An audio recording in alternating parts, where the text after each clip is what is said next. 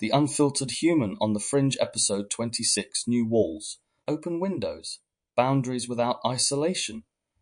Welcome back to the Unfiltered Human on the Fringe, the space where we strip away the layers, sit with the raw stuff, and talk about what most people potentially skip past.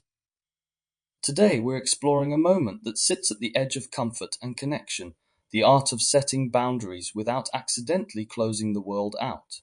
Boundaries are vital. They keep us safe, preserve our energy, and protect our emotional well-being. But if we're not careful, those same walls can become so solid that nothing and no one gets through. We'll look at what it takes to keep the windows open while still protecting the space you fought to rebuild. You'll hear personal reflection, grounded psychological insight, and practical strategies for letting in the light without losing the structure you need. Because safety matters, but so does connection. And it's possible to have both, so let's begin. New walls, open windows, boundaries without isolation. In the process of rebuilding a life, boundaries are often one of the first things we put in place. They're a way of protecting what's precious, our time, energy, and emotional well-being. But just as walls can keep out danger, they can also keep out connection. Our art lies in knowing when to reinforce them and when to open the windows. This part explores personal autonomy, emotional safety, and relational discernment, while also addressing the dangers of overprotection. We'll look at the subtle ways that walls can start to limit growth if left unexamined, and how to keep enough openness for new and healthy connections to enter. Themes and attributes: personal autonomy, the right and responsibility to decide who and what has access to your time, space, and energy. Emotional safety, creating an environment that protects your mental and emotional well-being without cutting yourself off from healthy interactions. Relational discernment, developing the skill to recognize when someone's interest in you is a genuine connection or convenience at your expense. And mutual respect, understanding that healthy relationships honor boundaries on both sides. The house with a view, imagine you've just finished building a home after a storm destroyed the last one.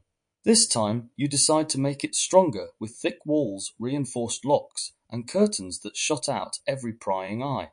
For a while it feels good, safe. You can finally exhale, but over time something starts to shift. The air inside feels heavy, the rooms seem dim, and you realize you've been looking at the same four walls for weeks without seeing the sky. The house is strong, but it's starting to feel less like a home and more like a bunker. Opening the windows feels risky at first. What if someone sees in? What if the wind carries something unwanted? But without fresh air, even the safest house becomes stifling. In life, our boundaries are like those walls, essential for protection. But when they're too rigid, they stop us from experiencing the very life we've been trying to rebuild. Personal reflection. I remember a period where my boundaries had to be both firm and flexible, and I learned the hard way how easily they could be misunderstood. A neighbor once asked me to walk their dog while they were on holiday. For 2 weeks, 3 times a day, I was there not because I had to, but because I wanted to help and earn some money. When they returned, we started spending time together, and the dynamic shifted. There were moments of connection, but also boundaries being nudged in ways that made me uncomfortable, especially when their casual touches became more frequent. After the dog walking ended, I naturally became less available. They had a large friend group, and I connected with another person within it, which eventually made things socially awkward when neither connection worked out. I remember one encounter where a friend of theirs urgently asked me to walk the dog again. I was in the middle of a work task, so I declined. I know, wasn't taken well.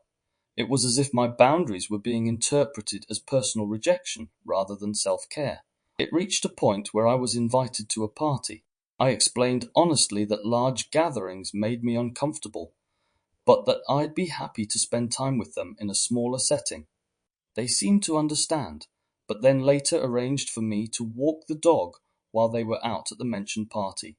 I agreed, but due to travel disruptions while I was away from the area, I let them know I'd be late. My message went ignored. When I arrived, the dog wasn't even there. They'd taken the dog with them. Later, they accused me of never intending to show up at all. That was the moment it became clear. My offers of connection were being treated as conditional transactions, valued only when convenient for them. It was a reminder that not everyone will see your boundaries as healthy. Some will see them as obstacles to their expectations. And it taught me that the right people won't require you to compromise your integrity just to maintain a relationship. Psychological insight boundaries, in psychological terms, are the limits and rules we set for ourselves within relationships. Catherine, chapter 19. They serve as a protective filter, allowing in what aligns with our values and rejecting what harms or depletes us. Dr. Brené Brown frames boundaries not as walls to shut people out, but as clear lines that make compassion sustainable for both ourselves and others. In my experience, the difficulty often comes when those boundaries are misinterpreted. When I declined the urgent dog walking request, my intention was simply to honor a work commitment, yet it was perceived as personal rejection. This touches on projection theory, Freud 1894, where individuals attribute their feelings or insecurities to someone else's behavior. In these moments, the discomfort people feel is often less about your action and more about their interpretation of it. Another factor is the boundary paradox, Hall 2016, the phenomenon where the stronger your boundaries, the more some people will test them.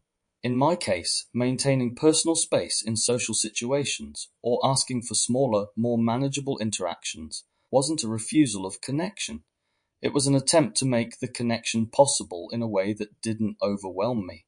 But to someone invested in their preferred terms, that nuance can be lost. What I've learned is that boundaries must be communicated clearly, but they also require a willingness to let go of those who refuse to respect them. Boundaries are an act of self-respect, not self-isolation, but their effectiveness depends on mutual understanding and respect. Insight prompts. Where in your life have your boundaries been misinterpreted as rejection? How can you communicate them in a way that is both clear and compassionate? Who in your circle respects your limits without questioning them? Theory in action. This week, choose one small boundary to reinforce in a way that maintains openness. When you say no to something, pair it with an invitation that works for you. For example, I can't do that today, but I'd be happy to meet for coffee next week. Notice how this keeps the window open for connection, without compromising your needs. When boundaries become barricades, boundaries protect us, but they can also become something else entirely, barricades. While a barricade keeps danger out, it also blocks everything, even the good. This part looks at the point where healthy protection tips into overprotection, and how fear can quietly become the architect of our walls. Themes and attributes self-protection versus overprotection, knowing the tipping point where safety measures begin to isolate rather than empower. Fear-based decision-making, how past hurt can influence present-day caution in ways that block new opportunities. Healthy vulnerability, opening the door to connection without dismantling your sense of safety. Resilience through balance, creating boundaries that flex and adapt, rather than calcify into permanent barriers. The locked garden, imagine tending a beautiful garden inside tall stone walls. You've planted it with care, and it's full of color and life. But you've locked the gate, afraid that if anyone enters, they'll trample the flowers or pull them up by the roots. Over time, the garden changes. Without fresh seeds or the movement of pollinators, growth slows. The air becomes still. The once lively blooms begin to fade. You realize you've protected the garden so well that you've also stopped it from thriving. Boundaries work the same way. They need gates that can open, letting in the right kind of people and experiences. Otherwise, the security you built can become the very thing that prevents growth. Personal reflection. I've had moments where my boundaries edged dangerously close to becoming barricades. After a particularly difficult period in my life, I became hypervigilant about who I let in. I was determined to avoid any repeat of the emotional exhaustion I'd experienced before. At first, it felt empowering. I knew my limits, I knew my triggers, and I avoided anything or anyone that didn't feel safe. But slowly, I started to notice that I wasn't just keeping out harm, I was keeping out possibility. Invitations to new experiences were met with automatic no's. Conversations with potential new friends felt surface level because I was reluctant to share anything personal. There was one instance where a colleague invited me to join a small gathering after work. It wasn't a loud bar or a big party, but even then I declined without much thought. Later, I realized my decision wasn't based on the actual situation. It was based on a reflexive fear of discomfort. I had shut the gate before even checking who was knocking. What changed things was recognizing that I was missing opportunities to connect in safe and fulfilling ways because I was too focused on avoiding risk entirely. It was a reminder that boundaries are meant to guide connection, not block it completely. Psychological insight. The line between healthy boundaries and isolation often comes down to avoidance coping, a psychological pattern where we sidestep potential stress by avoiding situations altogether. Holohan et al. 2005. While it can provide short-term relief, avoidance reduces opportunities to build resilience because it removes the chance to practice navigating challenging situations. In my case, the small gathering I declined was a missed opportunity to test my boundaries in a low-risk environment. Dr. Harriet Lerner, in The Dance of Connection, talks about how avoiding all discomfort can lead to emotional shrinking, where our world becomes smaller over time. There's also a cognitive bias at play, the negativity bias, Baumeister et al., 2001, where our brains give more weight to past negative experiences than to positive ones. If past openness led to hurt, the mind tends to exaggerate the likelihood of hurt happening again, even in entirely different contexts. I've learned that the key isn't lowering boundaries, it's making sure they can flex. That means checking in with myself. Is this decision coming from present reality or an old wound? Sometimes the safest thing isn't a closed gate. It's a gate I can choose to open when the time feels right. Insight prompts. Where might your boundaries be keeping out the very experiences you want to invite in? What low-risk opportunities could you explore to test and strengthen your boundaries? How can you tell the difference between present caution and past fear? Theory in action. This week, identify one boundary that has become more rigid than necessary. Create a low-stakes opportunity to test it. For example, if you've been avoiding all social events, try attending a small, familiar gathering. Keep a mental note of how you feel before, during, and after, and whether the reality matched the fear. The invitation of open windows. Not all safety comes from walls. Sometimes it comes from windows. A wall protects, but a window lets in light, fresh air, and perspective. In this part, we explore the role of openness in maintaining healthy boundaries, how selective vulnerability works, and why the people we let in through the open windows often bring more life than we expect. Themes and attributes selective openness. Sharing intentionally while maintaining emotional safety. Relational energy flow. How connection and boundaries shape each other. Perspective exchange. Inviting in new ideas and insights without abandoning your core values. The balance of exposure and protection. Keeping curiosity alive without neglecting safety. The lighthouse window picture. A lighthouse on a rocky coast. Its walls are thick and strong to withstand the storms, but high up, there's a wide glass window where the light beams out across the sea.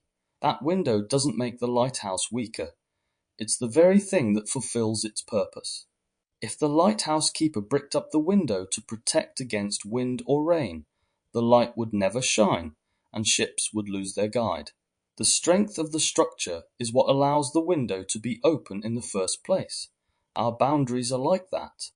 Without windows, we can't let others see who we are, and we can't see the world beyond our perspective.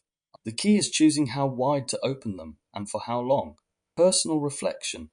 I remember a period where I had my walls built high, but I began to realize they didn't need to block everything.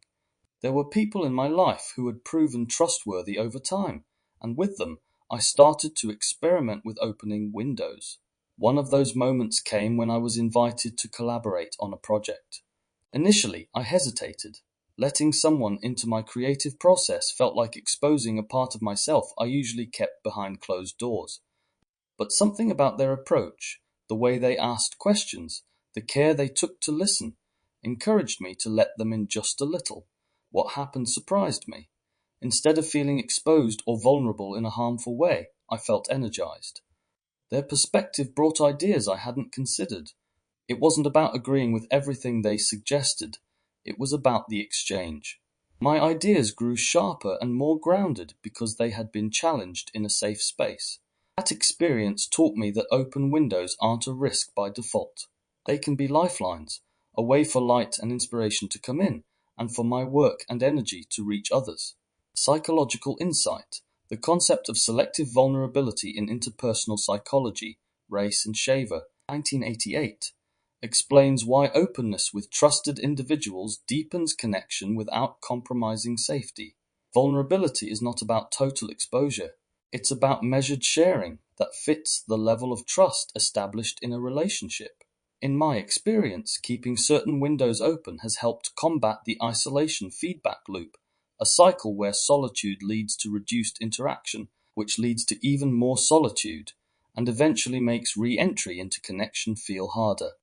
Research by Dr. Brené Brown emphasizes that vulnerability is a core component of trust building, but it must be paired with discernment.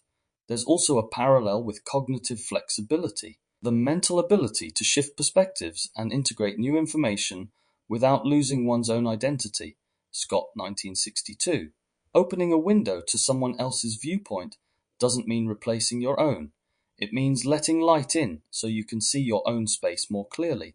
Over time, I've learned that my boundaries are healthiest when they include a few open windows, chosen intentionally, maintained regularly, and closed when needed. Insight prompts which windows in your boundaries could benefit from being opened a little wider. Who in your life has shown they can handle seeing the real you? When was the last time someone else's perspective positively shifted your own? Theory in action. Identify one person you trust and share a little more than you normally would in your next conversation. Choose something safe but meaningful, an opinion, an experience, or an idea. Notice how they respond and reflect on how it feels to let in just a bit more light. When walls become prisons, boundaries are meant to be protective, but when they become rigid, they can shift from safety to confinement. In this part, we explore the signs that our boundaries have turned into walls too thick to see over, how this affects our relationships and sense of self, and what it takes to chip away at the bricks without tearing down our entire structure. Themes and attributes. Overprotection versus healthy defense, knowing when safety becomes avoidance. Emotional confinement, how overbuilt boundaries limit connection. Trust calibration, adjusting openness as trust develops. Gradual demolition, safely reducing unnecessary walls without feeling exposed. The castle without gates, imagine a grand castle fortified with tall stone walls, towers, and a deep moat. Once, these defenses were necessary. They kept out danger and protected everyone inside. But over time, the threats faded, yet the gates remained closed, the drawbridge never lowered. Inside, the people live in safety, but also isolation. They don't see the changing seasons outside their walls. They can't welcome travelers bringing news, ideas, or friendship. Eventually, the walls that once kept danger out also keep life out. That's the risk when our boundaries become impenetrable. The absence of risk can feel comforting, but it also means missing out on the unexpected gifts that only come through connection. The strength of a wall should be in its ability to open, not just in its ability to defend. Personal reflection. There have been times when I've kept people at such a distance that they couldn't get to know me beyond surface level interactions. I told myself I was protecting my peace, and in some ways I was, but in hindsight, I realize I was also protecting myself from the possibility of being wrong about someone. One example stands out. I met someone warm and consistent, but I'd just come out of a situation where trust had been broken, and I was determined not to repeat the same pain. So I kept my responses short, my availability limited, and my emotions tightly under wraps. Months later, when they finally told me they'd wanted to be closer but felt unwelcome, I realized my walls had sent the wrong message. I wasn't saying I need time to feel safe. I was saying, without meaning to, I don't want you here. That moment taught me that too much distance can distort our intentions. What feels like a neutral act of self-protection can be perceived as rejection, and sometimes it's both. Since then, I've learned to keep an internal check. Am I protecting myself from real harm, or the discomfort of vulnerability. The answer changes how I show up. Psychological insight. The idea of over-controlled coping, Lynch et al., 2013, explains how hyper-rigid emotional boundaries can hinder personal growth. While self-control is essential, over-control can lead to social withdrawal and decreased opportunities for intimacy, which in turn reinforces isolation. From my perspective, I've seen how my walls sometimes acted as avoidance strategies, linked to experiential avoidance in acceptance and commitment therapy, Hayes et al., 1999. By keeping people at arm's length, I avoided the risk of emotional pain, but I also avoided the possibility of joy, connection, and mutual growth. Another relevant concept is misinterpretation bias in interpersonal communication, Kelly and Thibault, 1978. When someone encounters closed-off behavior, they may interpret it as disinterest, hostility, or superiority, even if the intention was self-protection. I've experienced this firsthand. My silence was meant to be a pause for safety, but was often heard as a full stop. What I've learned is that healthy walls are adjustable. They have gates, doors, and moments of openness. A solid boundary doesn't need to be a permanent blockade, and it's healthier when it isn't. Insight prompts. Are there people in your life who might be mistaking your boundaries for rejection? How can you signal that your limits are about safety, not exclusion? What's one area where you could open a gate without compromising your well-being? Theory in action. Think of one person you trust but have kept at a greater distance than necessary. Reach out with a small gesture, a message, an invitation, or a shared resource to let them know they are welcome in your world. Monitor how it feels for you and how they respond as a way to test the flexibility of your boundaries. Letting the light in. When we've been hurt or exhausted, we often start by closing off entirely, focusing solely on rebuilding our sense of safety. But at some point, the process shifts, and we're no longer just protecting ourselves from harm. We're learning how to let in what's good. This part is about recognizing the right moments to open up and allowing positive connections to filter through without letting down the core protections we've built. Themes and attributes. Selective openness, inviting in trust and warmth without abandoning caution. Discernment in connection, knowing who and what brings value into your space.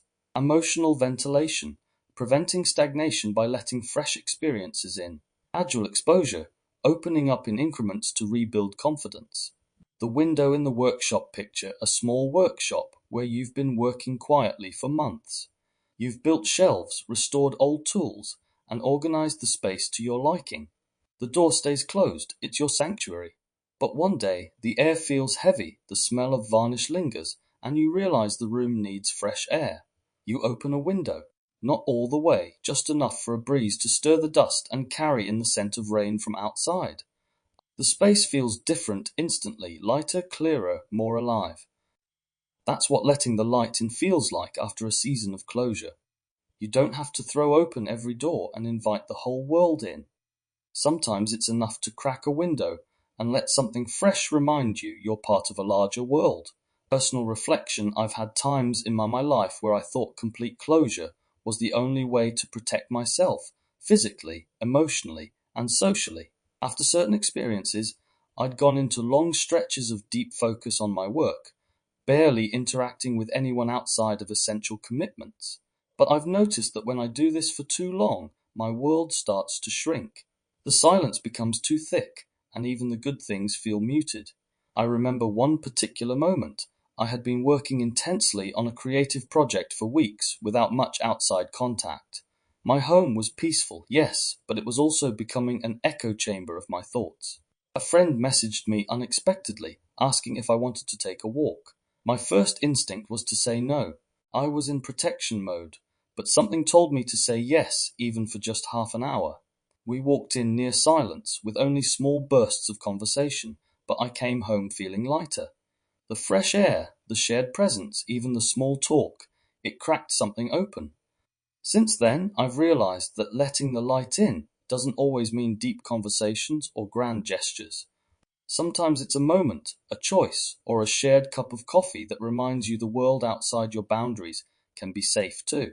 Psychological insight. This process ties into the concept of gradual exposure in behavioral psychology, Foer and Kozak, 1986, where controlled, small steps into previously avoided situations help rebuild trust and reduce fear responses.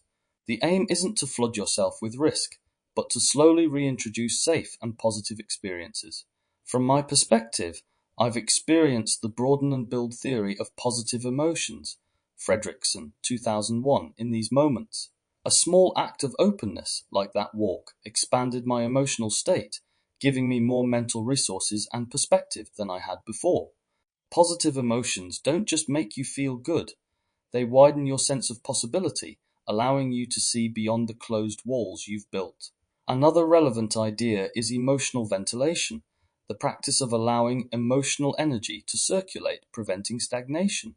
I've found that even limited but meaningful contact with the outside world works like fresh air in that workshop. It doesn't erase the safety I've created, but it keeps it from becoming stale or suffocating. Insight prompts. Where in your life have you been keeping the windows shut for too long? What's one small low-risk way you could let the light in this week? How would your daily life change if you made room for just a little more openness? Theory in action. Choose one area of your life where you've been closed off, whether socially, creatively, or emotionally. Take one small action to open a window in that area. Reply to a message. Go for a walk with someone you trust, or try a new experience that feels safe. Afterwards, note how your body and mind respond and whether you feel lighter, heavier, or unchanged. When boundaries feel like walls, boundaries are meant to protect, not imprison. Yet sometimes, without meaning to, we build them so high and thick that they stop letting in even the good things. This part explores the delicate balance between healthy self-protection and accidental self-isolation, and how to keep boundaries functional instead of fortress-like. Themes and attributes: overprotection versus connection, identifying when safety measures become limiting. Self-awareness in boundaries, regularly checking if your limits still serve you. Flexibility, allowing boundaries to adapt to growth. Vulnerability as strength, recognizing moments when lowering the drawbridge benefits you. The garden fence, imagine a garden you've been carefully restoring after it was once neglected. You put up a sturdy fence to keep pests and trespassers out. For a long while, it's exactly what you need. The plants thrive, the soil regenerates, and life returns. But over time, you realize the fence blocks the view of your favorite sunrise, and the only pollinators that can enter are the ones small enough to squeeze through gaps in the boards. The fence is doing its job, but it's also cutting you off from what nourishes the garden. Sometimes boundaries need gates. Sometimes they need openings wide enough to let beauty in without letting destruction through. Personal reflection: I've had periods where my boundaries became more like walls, impenetrable and rigid. It usually happened after a deep hurt or betrayal, when my instinct was to protect every inch of myself from harm. I remember a time when I distanced myself from almost all new connections after a friendship ended abruptly. I told myself it was just being cautious, but in truth, I'd built a wall so high that even genuine kindness struggled to reach me. Friends I trusted started to step back, not because they didn't care, but because there was no way through.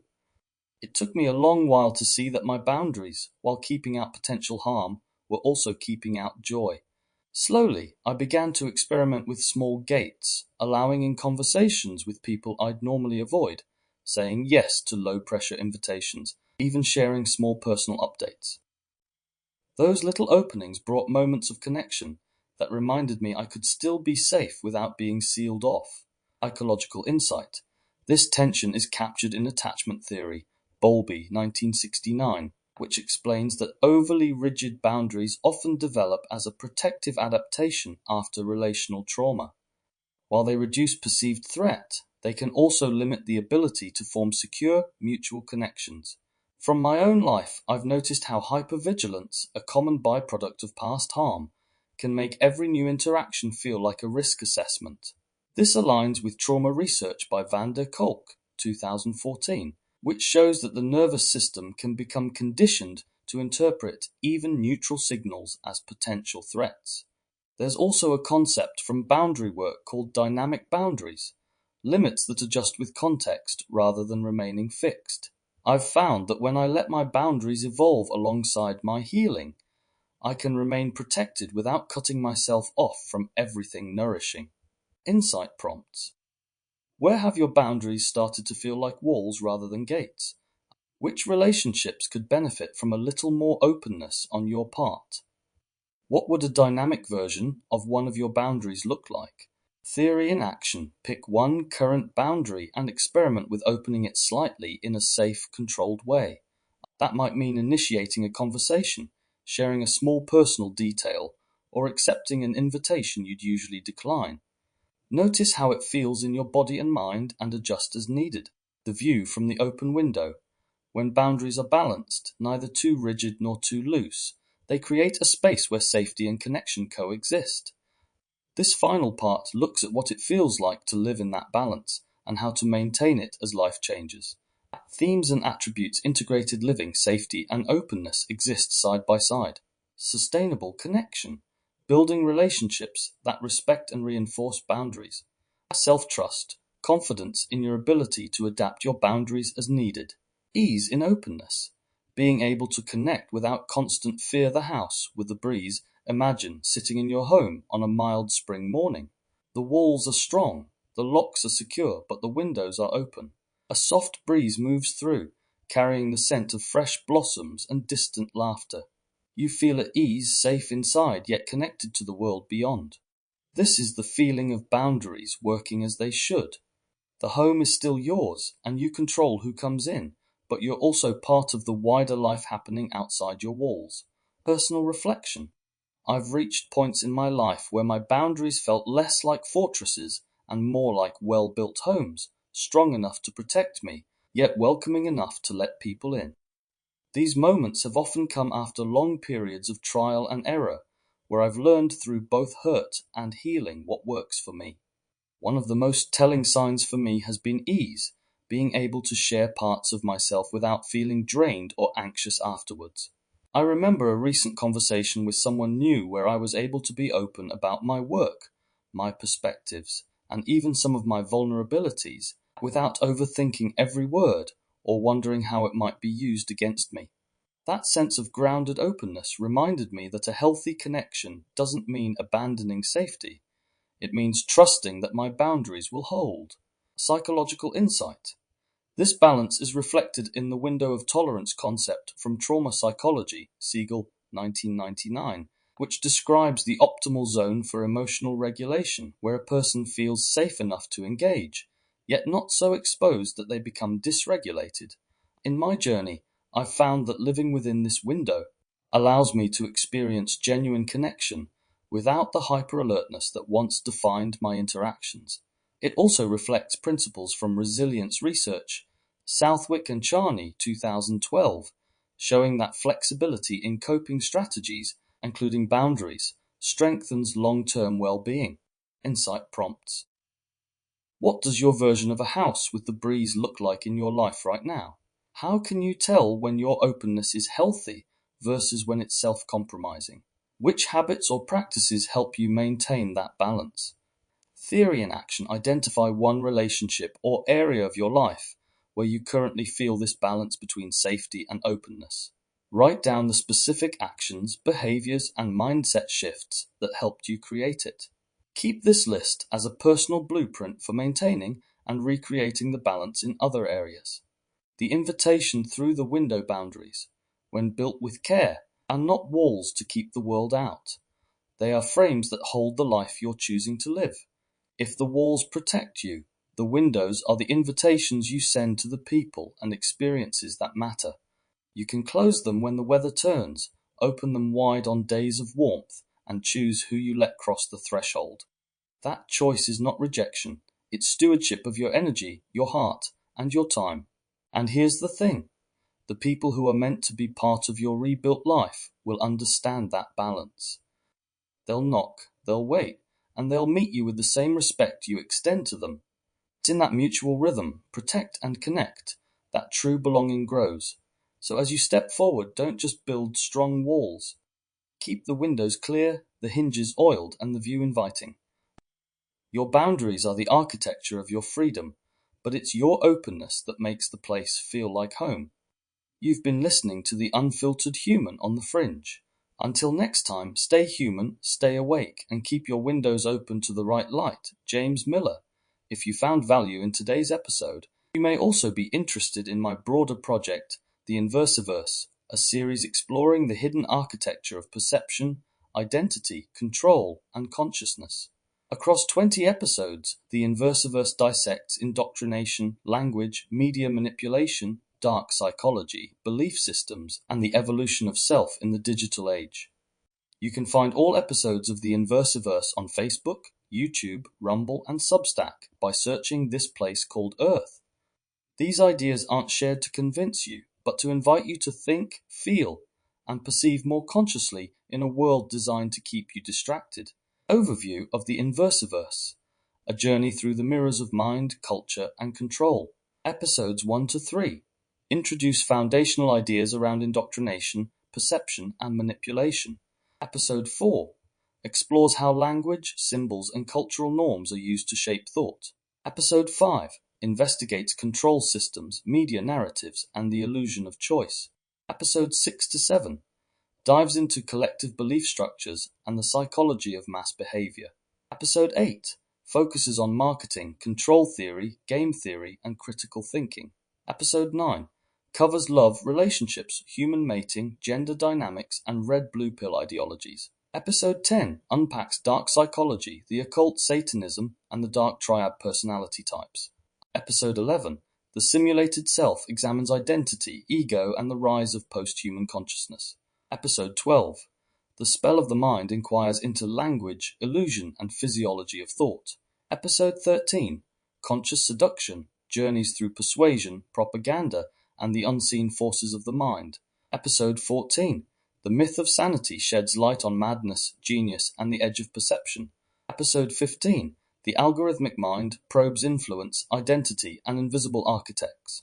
Episode 16 The Noise of Knowing reveals overload, obsession, and the age of infinite information. Episode 17 Belief Machines delves further into language, desire, and the engine of reality. Episode 18 Submerged Signals examines how the unseen shapes the self. Episode 19 The Alchemy Within Traces, Food, Frequency, and the Forgotten Intelligence of the Body. Episode 20 Encoded Flesh scrutinizes and opens up to the forgotten language of the body, DNA, and biological consciousness.